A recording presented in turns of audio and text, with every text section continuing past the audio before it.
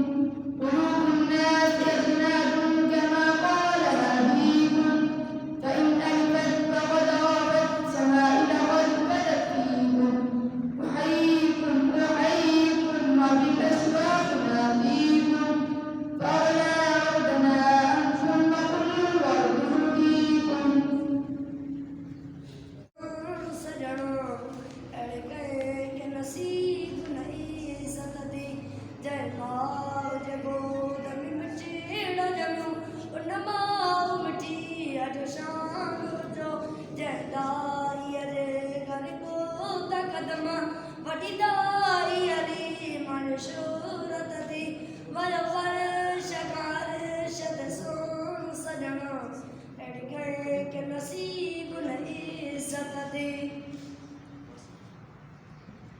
جے شار مسور جنو گنو ان شار مکے جو شان رسو جے سواریت بلنا کیا قدمہ ان سواری امی مڑی طاقت دی ماں گھور پری جگدی منتا جت جات خدا تیرا مت دی ویو پر شگار شب سن سجنو اڑکے نصیب نہیں ستدی جیا قدم بھی جمدی نکلا تاوال مدین درد بتیا ویو پر شگار شب سن سجنو اڑکے نصیب نہیں ستدی جیا بجگر میں بوتا قدم تایو بجگر میں برکت دی ویو پر شگار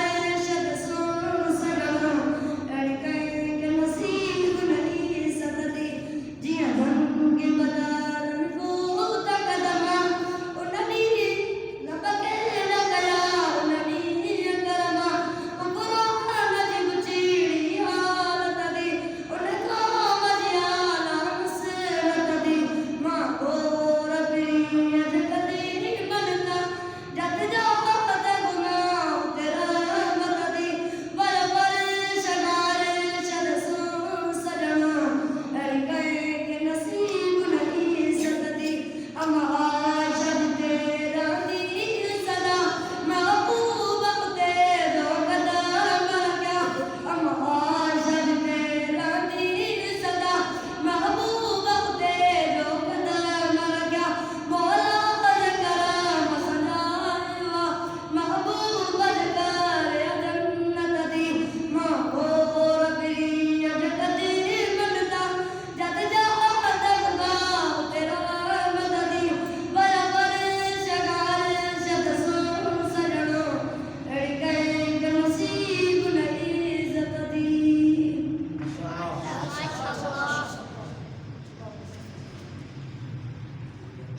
نقشے قدم نبی کے ہیں جنت کے راستے نقشے قدم نبی کے ہیں جنت کے راستے اللہ سے ملاتے ہیں سنت کے راستے یہ جو تابعین محمد مبین جو ہم خوبصورت انداز میں آپ کو نام سنا رہے تھے اب میں دعوت دیتا ہوں عربی نظم کے لیے ایک بار ایک روایت آپ کے سامنے عربی نظم پیش کروں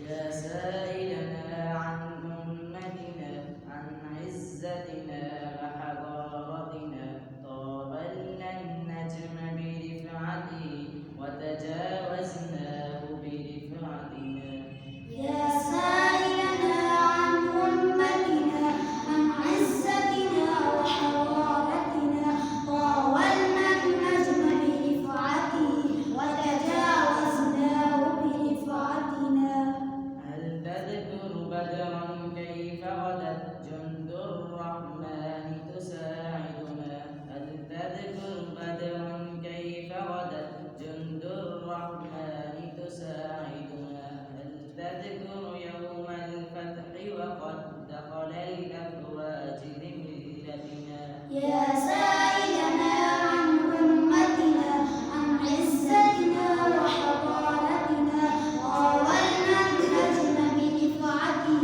وتجاوزناه برفعتنا شدنا في الأرض معالمنا فقدت برهان براعتنا شدنا في الأرض معالمنا فقدت برهان براعتنا ونداء الحق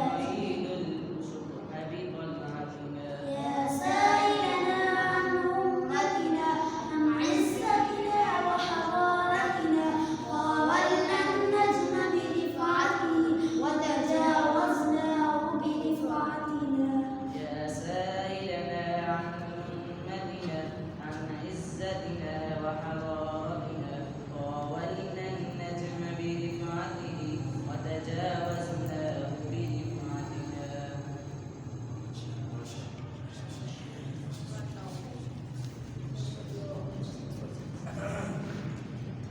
اب میں دعوت دیتا ہوں طالب علم سمی اللہ کے معاہد اور آپ کے سامنے سیرت کے موضوع پر تقریر کریں.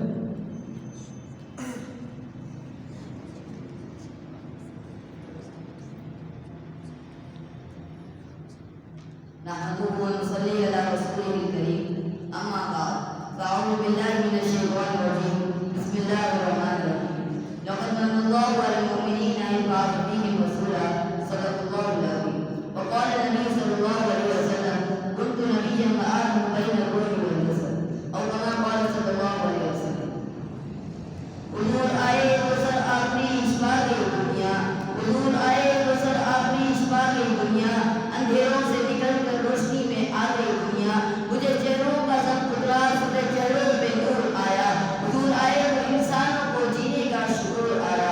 محترم اساتذہ کرام اور میرے عزیز دوستوں السلام علیکم. آج میری تقریر کا عنوان حضور صلی اللہ علیہ وسلم کی آمد محمود و مسرور و معمول و ملوک سے معلوم ہے. گرامی قدر سامعین تاریخ کی اوراد پڑھیے اور دیکھیے حضور صلی اللہ علیہ وسلم کے آمد سے قبل کیا تھا. ظلم ہی ظلم تھا, کفر و شرک کا راج تھا, ہر طرف ویرانی ہی ویرانی تھی, حکومت شیطانی تھی, قتل بغارت گری کا بسیرا تھا, معمولی باتوں پر کٹ پڑنا عام تھا, بچیوں کو زندہ درگور کر دیا جانا معلوم نہ تھی, ہر عورت حیوانوں جیسی زندگی بسر کرنے پر مجبور تھی, ہر ایک کا الگ الگ خدا تھا, جس کی لاٹھی اس کی بھینس کا قانون نافذ تھا. الغرب انسانیت تباہی و بربادی کے آخری دہانے پر پہنچ چکی تھی. دپٹن چکرستان دہر کی قسمت کا ستارہ ہلکا ہوا, حضرت انسان کی خوشبختی کا صاحب چمک تھا.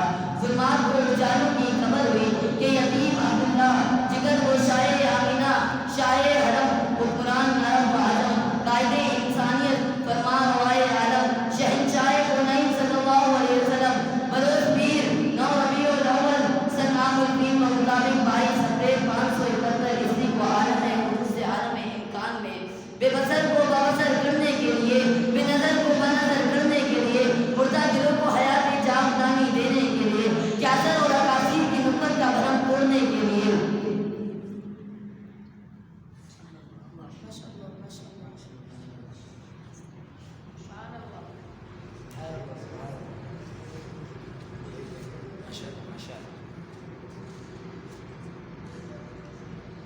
سینکڑوں ہزاروں کے پجاریوں کو ایک کے در پر جھکانے کے لیے, ملکوں کی دوری, اقوام کی بیگانی, اختلاف کے الوان اور تفریق زبان مٹانے کے لیے, سب کی زبانوں پر ایک ہی کلمہ لا الہ الا اللہ محمد رسول اللہ جاری کرنے کے لیے. قافلہ نبوت کے آخری مقتدا اور قصر نبوت کے آخری سکون بن کر تشریف لے آئے. سامعین محترم, آئیے میں آپ کو اردو تہذیب کی زبانی میرے آقا نور مجسم فخر عالم صلی اللہ علیہ وسلم کی آمد مسرور کا ایک طرح کا شان سناؤں. چنانچہ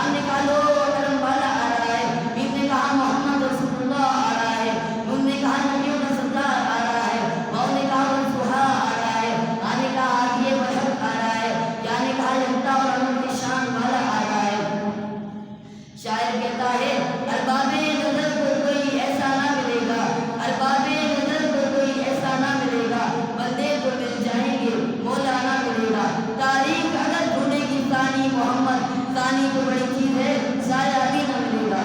हमारे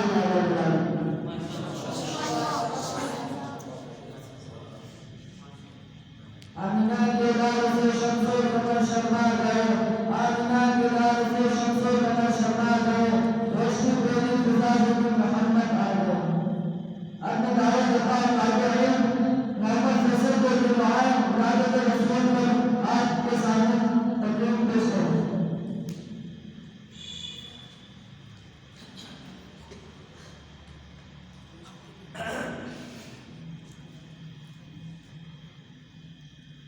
نحمده ونصلي على رسوله الكريم أما بعد فأعوذ بالله من الشيطان الرجيم بسم الله الرحمن الرحيم ألم نجدك يتيما فآوى صدق الله العظيم وقال النبي صلى الله عليه وسلم إنما بعثت رحمة أو كما قال عليه السلام تروي بارانے رحمت سے زمین تروی بارانے رحمت سے زمین جہاں میں جب آئے رحمت للعالمین۔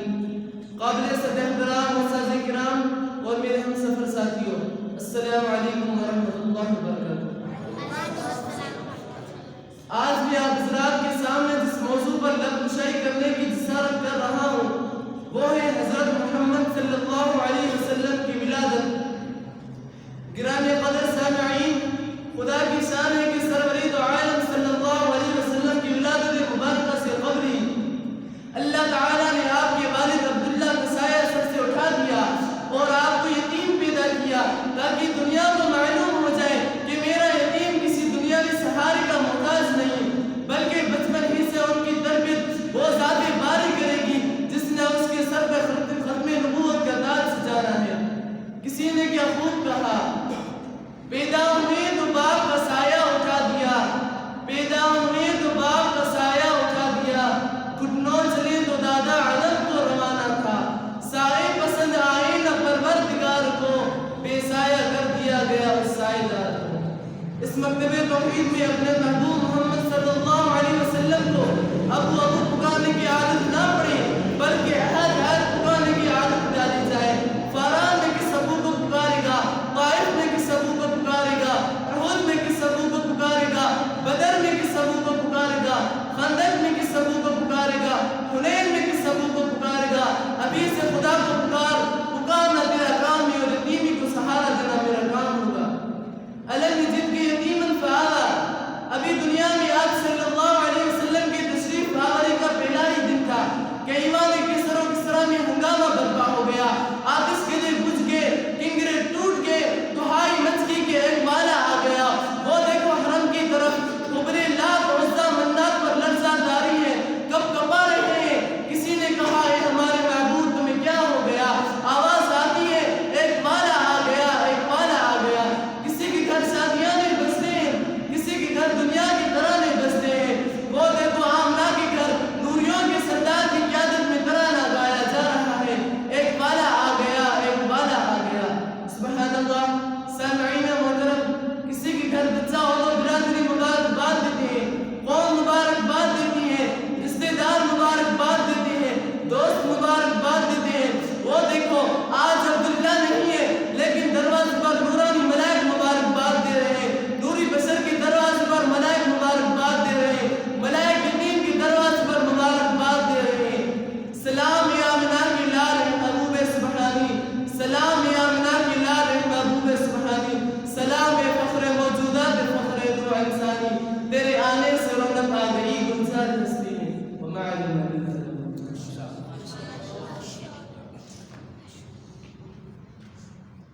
اگلے دعوت دیتا ہوں طالب علم عبد الحکیم کو یہ دعائیں مراد کے ساتھ تقدیم پیش کروں۔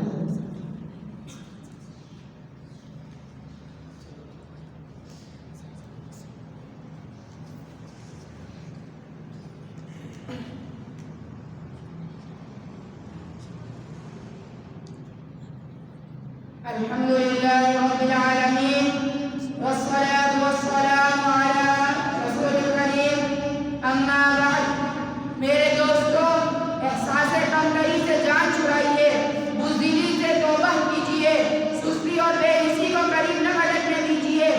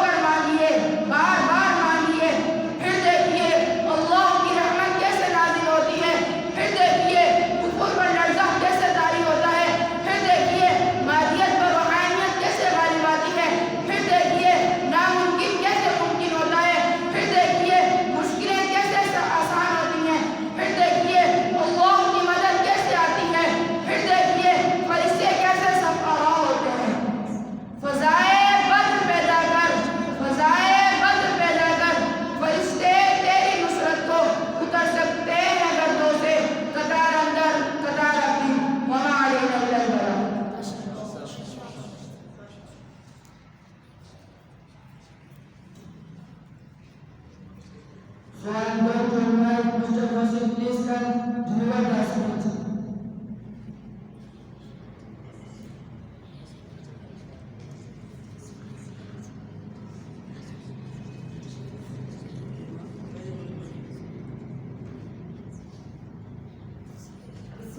Bismillahirrahmanirrahim. In the name of Allah, who is most beneficent and most merciful.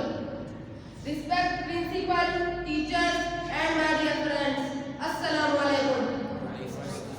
I am here to speak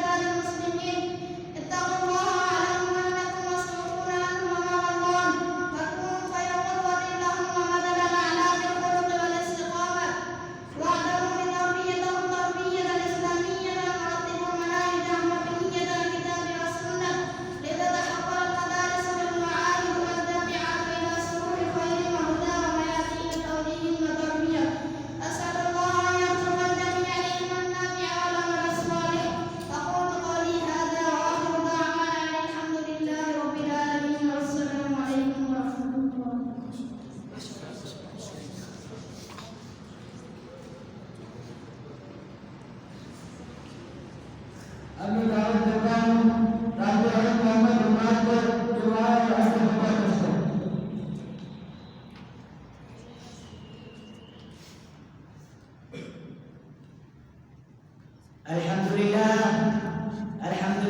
الذي أنقذنا بنور العلم من ظلمات الجهالة وأنقذنا بنور الوحي من السقوط في درك الضلالة وأشهد أن لا إله إلا الله وحده لا شريك له وأشهد أن سيدنا محمدا عبد الله ورسوله صلى الله عليه وعلى آله وصحبه والتابعين الذين كانوا بعلمهم وعملهم منارة للسالكين ومن تبعهم بإحسان إلى يوم الدين. يا عباد الله، من أغلق المكاسب وأعلى المطالب وأرفع المواهب علم نافع ينفع في الدنيا ويرفع في الآخرة، وكفى أهله شرفا إن الله رفع قدرهم وأعلى ذكرهم. قال الله عز وجل: يرفع الله الذين آمنوا منكم والذين أوتوا العلم درجات. أحبتي، هناك سؤال: لماذا ندرس؟ إنه سؤال قليل العبارة ولكنه يتضمن في جوابه معاني كثيرة. هل الهدف من الدراسة هو الحصول على الشهادة أم الوظيفة والمراكز الكبيرة والمراتب العالية؟ كلا يا لو قصدنا من دراستنا تأمين من حياتنا ومستقبلنا فالقصد غير واضح والمآل إلى الخسران، فإن هذا القصد يحمل الخطير الكبير على عقيدة المسلم. أيها الإخوة الكرام، لماذا ندرس؟ إن جواب هذا السؤال يحتاج إلى أن نعرف بأن العلوم والدراسة التي يشتغل بها الناس على نوعين من حيث الجملة: العلوم الدينية والعلوم الدنيوية. وإننا ندرس العلم الشرعية لأن به نحصل معرفة الله تعالى ونعرف به نبينا صلى الله عليه وسلم الذي بعثه سبحانه وتعالى حجة على الإنس والجن، وبه نكمل الأخلاق الفاضلة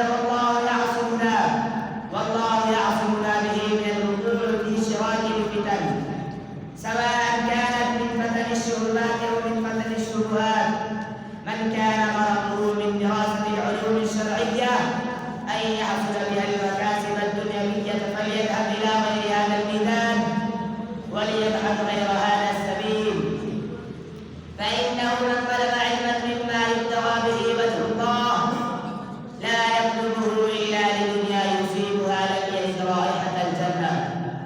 أيها الأحباب، والعلوم الدنيوية لا ندرسها كي نكسب بها الأموال ونحصل بها الوظائف، وإن اكتساب الوظائف والأعمال والمناصب ليس سبيله التعلم، بل إن الحصول من غير طريق العلم أقرب. ولذلك نجد أن أكثر الأثرياء حصلوا ثرواتهم من غير علم. أحبتي، تعالوا نعزم جميعنا بأننا ندرس كي ننور عقولنا ونفتح دفتر الكون لنتعرف على أجداد الرحمن، وندرس لنساهم في تطور الأمة وإما المجد دراسة الأمية. وأخيرا أسأل الله أن يرزقني وإياكم العلم النافع والعمل الصالح، والسلام عليكم ورحمة الله وبركاته.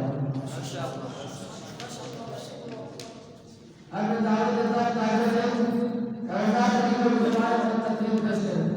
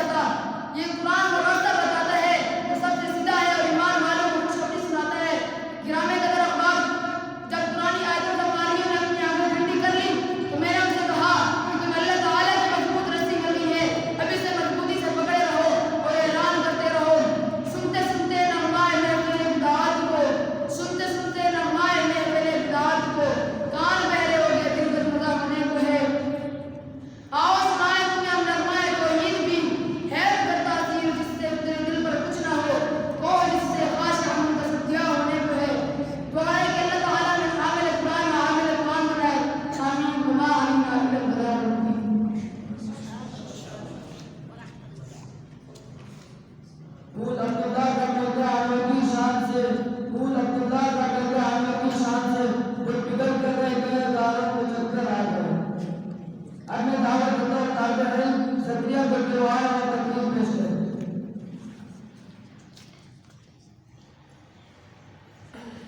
بسم الله الرحمن الرحيم نحمده ونصلي على رسوله الكريم أما بعد میری انتہائی گزارش ہے تیرے نام سے ابتدا کر رہا ہوں. گرامی قدر سامعین، مسلمانوں کو یہ حکم ہے احکام شروع کرنے سے پہلے بسم اللہ پڑھیں.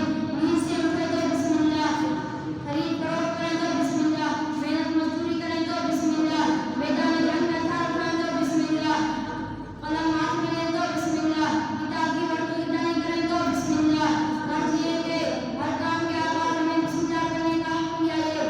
آئیے ہم بھی اپنے کام کا آغاز بسم اللہ الرحمن الرحیم سے کریں تاکہ ہمیں مقدس کلمات کی برکتیں حاصل ہو، تاکہ ہم کمزور پر اللہ رب العزت کی نصرت حاصل ہو، تاکہ ہمیں اس کی معیت اور فقط کا احساس ہو، تاکہ ہمارے مسلمانوں پر اس کی پاک نام کی مہر لگ جائے.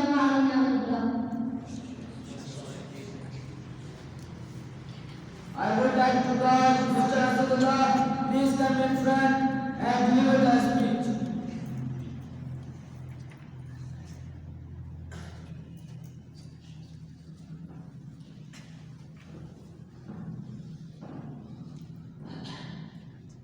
In the name of Allah, who is most beneficent and most merciful. Respected principal, teachers and my dear friends, Assalamu alaikum. Today my topic is Prophet Muhammad sallallahu alaihi wasallam. My topic is Prophet Muhammad sallallahu alaihi wasallam.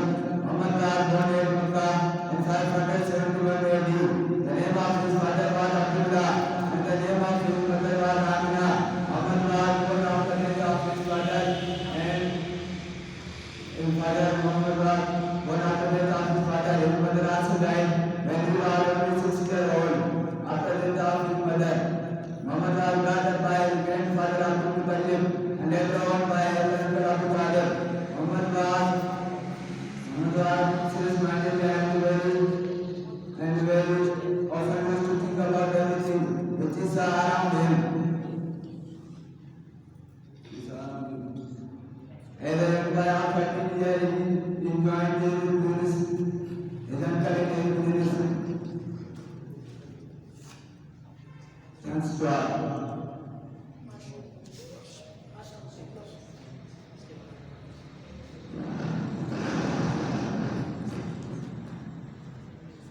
اب میں دعوت دیتا ہوں طالب علم محمد مسعود کو دعا اور کچھ اشعار آپ کو کریں.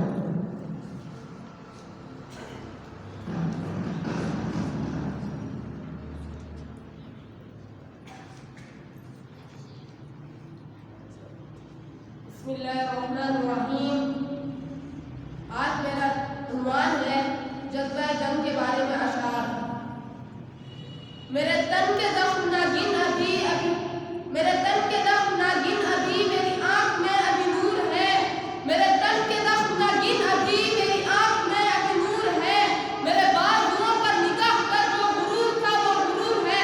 ابھی رزمگاہ کے درمیان ہے میرا نشان کھلا ہوا. ابھی تازہ دم ہے میرا فرض نئے مارکوں پہ تلا ہوا. مجھے دیکھ قبضہ تیغ پر ابھی میرے کف کی گرفت ہے.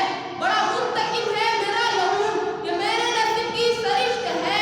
میں ایسے قبیلے کا فرد ہوں جو ہر سیل بلا رہا. اسے مر گزر کا خوف کیا کہ کفن بدوش سدا رہا. وہ جو دشتے جا کو چمن کرے یہ شر تو میرے لہو کا ہے. مجھے زندگی سے عزیز در ہے وہ جو کھیل تیغوں گلوں کا ہے.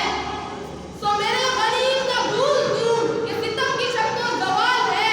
تیرا جو ظلم بلا سہی میرا حوصلہ بھی کمال ہے. مجھے مان جوش و گزر پر مجھے ناز رسم بدن پہ ہے. یہی نامہ پر بہار کا جو گلاب میرے کفن پر ہے. وما علینا الا البلاغ.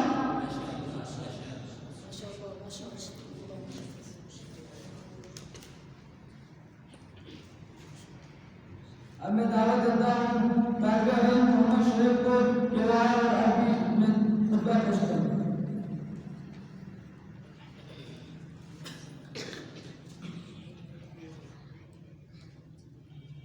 الحمد لله الذي أنزل أفضل الكتاب على أفضل العرب والعجم وجعل لسانه عربيا مبين وإنه لفي زبر الأولين والصلاة والسلام على سيد الأنبياء والمرسلين محمد صلوات الله وسلامه عليه وعلى آله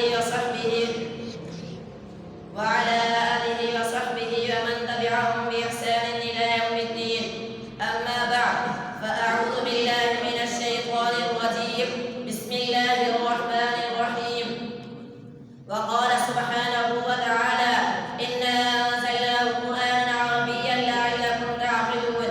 وقال رسول الله صلى الله عليه وسلم أحب العرب لثلاث لأني عربي والقرآن عربي ولغة أهل الجنة عربي. إخواني المتحابين في الله، إنه لمن الغبطة والسرور أن وفقني الله تعالى بأن أقوم بين أيدي إخوان الطلاب وأريد أن ألقي أمام حضراتكم بعض الكلمات حول اللغة العربية. إنه لسعادة غامرة وشرف كبير ومنة عظيمة وفرصة سعيدة من الله بها علينا حيث جمعنا في هذه الحفلة الميمونة، ونسأله جل وعلا أن يجمعنا في جنات النعيم كما جمعنا في هذه البقعة المباركة. أحبتي في الله، لا شك أن اللغة العربية لها دور ومكانة في نشر العلوم الإسلامية، وكم بذل علماء الأمة قصارى جهودهم للاهتمام والعناية بها، لأنهم قد أدركوا أنها لغة الإسلام، اللغة التي نزل بها القرآن الذي تحدى الإنس والجان وحير العقول والأديان، ولغة التي تحدث بها النبي صلى الله عليه وسلم وأصحابه وأدخلوها في المسلمين عندما فتحوا البلاد والأمصار. لكن هناك سؤال يتطرق في الأذهان: لماذا صارت هذه اللغة أجنبية عند المسلمين اليوم؟ حتى العلماء على رغمهم يدرسون ويدرسون كتب العربية، ولكن قل من تجد يتحدث بالعربية ويعتز بها.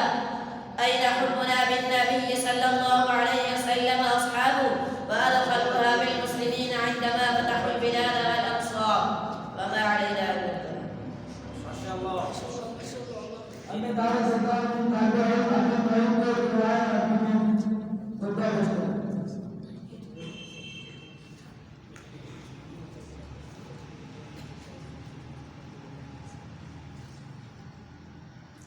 الحمد لله الذي خلق النفس وسواها وألهمها فجورها وتقواها وجعل الفلاح لمن أصلحها وزكاها. وأشهد أن لا إله إلا الله وحده لا شريك له، له الملك وله الحمد وهو على كل شيء قدير. وأشهد أن سيدنا محمدا عبد الله ورسوله، أزكى الناس نفسا وأصفاهم قلبا وأحكمهم عقلا، صلى الله عليه وعلى آله وصحبه أجمعين ومن تبعهم بإحسان إلى يوم الدين. أما بعد، أوصيكم ونفسي بتقوى الله تعالى. قال الله عز وجل: يا أيها الذين آمنوا اتقوا الله ولتنظر نفس ما قدمت لغد واتقوا الله إن الله خبير بما تعملون. واتقوا يوما ترجعون فيه إلى الله، يوم ينفخ في الصور ويبعث من في القبور ويظهر المسؤول، يوم تبلى السرائر وتكشف الضمائر ويتميز القوم من الفاجر. واعلموا أن تقوى الله من الأمور التي تقرب العبد من الجنة وتبعده عن النار. ومن أفضل وسائل تزكية النفوس وتكميلها عباد الله نفس الإيمان تتغلب بين الخير والشر. قال الله عز وجل: قال تعالى: وهي بطبيعتها تنحو إلى الغداية فتميل عن الهداية، لذا فالحاجة إلى تعاون إصلاحها شديدة والعناية بأمرها أكيدة، وإصلاحها يكون بالتزكية. قال سبحانه وتعالى: قد أفلح من زكاها وقد خاب من دساها.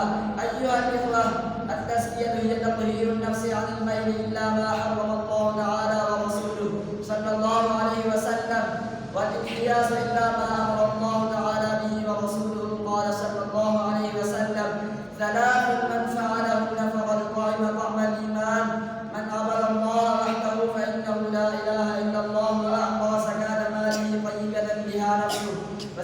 عن نفسه فقال رجل ما تزكية المرء نفسه يا رسول الله قال يعلم أن الله معه حيثما كان أسأل الله تعالى أن يزكي نفوسنا من الدنس وجميع الصفات الذميمة ويزكينا بالصفات الحميدة والأخلاق الحسنة أقول قولي هذا وآخر دعوانا الحمد لله رب العالمين. सबसे आगे मकाम का कारकुन मोहम्मद रसूल जो आपके सामने अपने सारा होंगे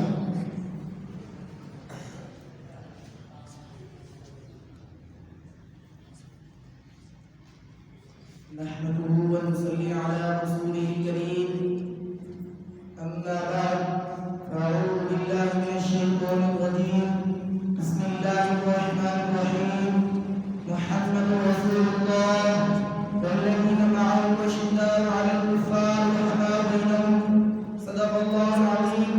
وقال النبي صلى الله عليه وسلم الصحابي كالنجوم بأيكم اقتديتم اهتديتم أو كما قال عليه الصلاة والسلام. نبی کے جسم سے ہو جس کو رشتہ عالی، نبی کے جسم سے ہو جس کو رشتہ عالی، غلام و عزت سے بہتر ہے وہ پسینہ مجھے، وہ جس کے دل میں نہ ہو آبروئے ختم رسول تو رکھنا فرض ہے اس پہ حیات یقینا مجھے.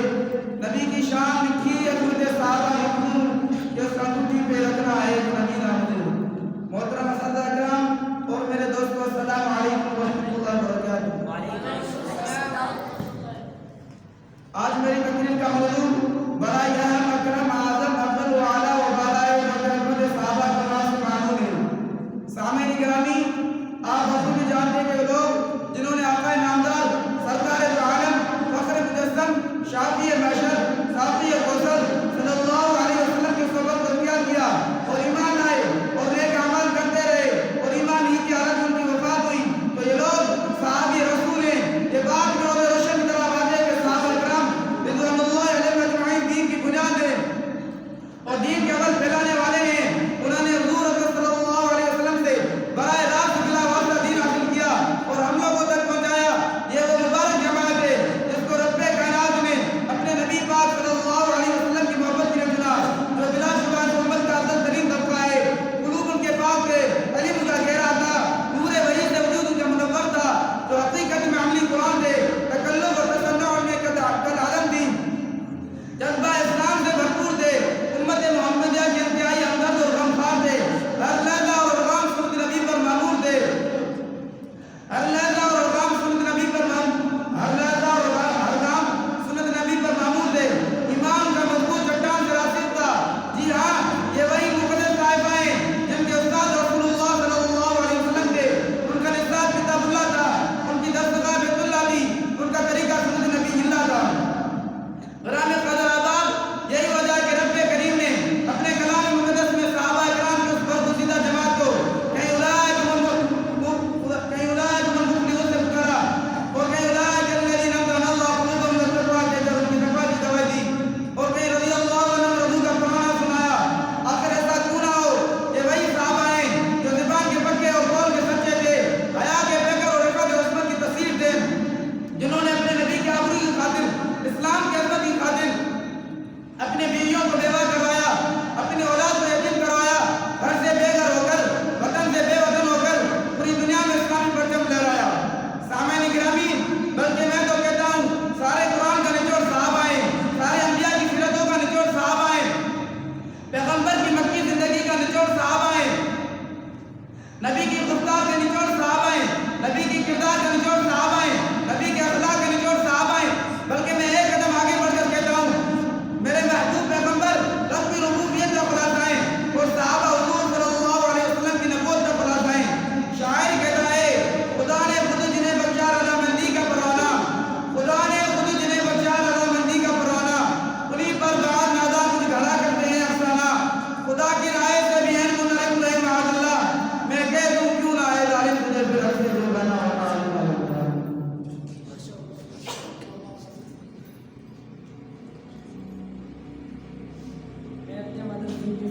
محمد حسان اور احمد کو دعوت دیتا ہوں کہ وہ آئے اور تعلیم کریں.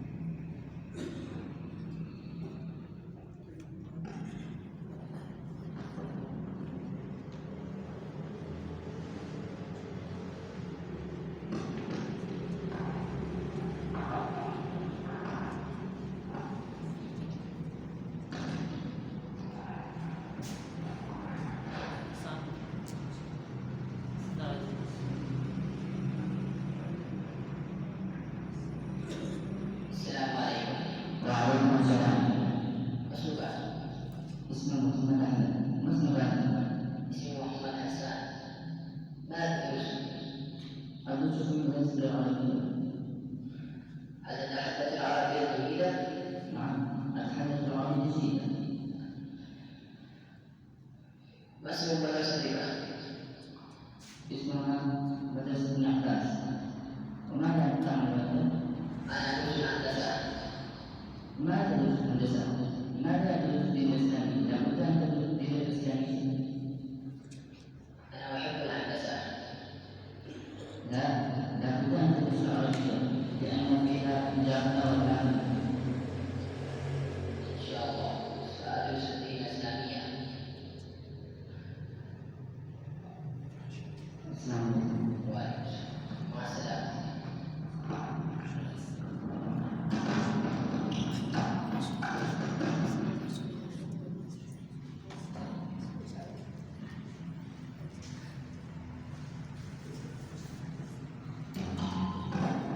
हमें दावत करना उस्ताद का सारे कार्यक्रम में नमाज साहब के दुआ और दूसरे दुआ से मौसम का इंतजाम करा।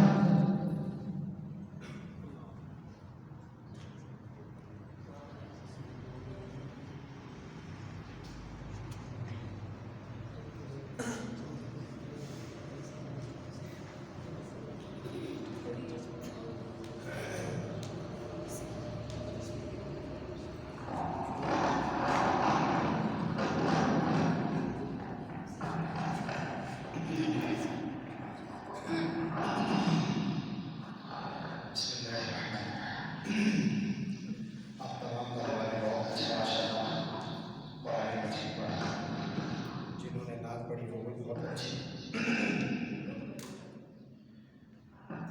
इंग्लिश वाले ने भी अच्छी पढ़ी सुनाई।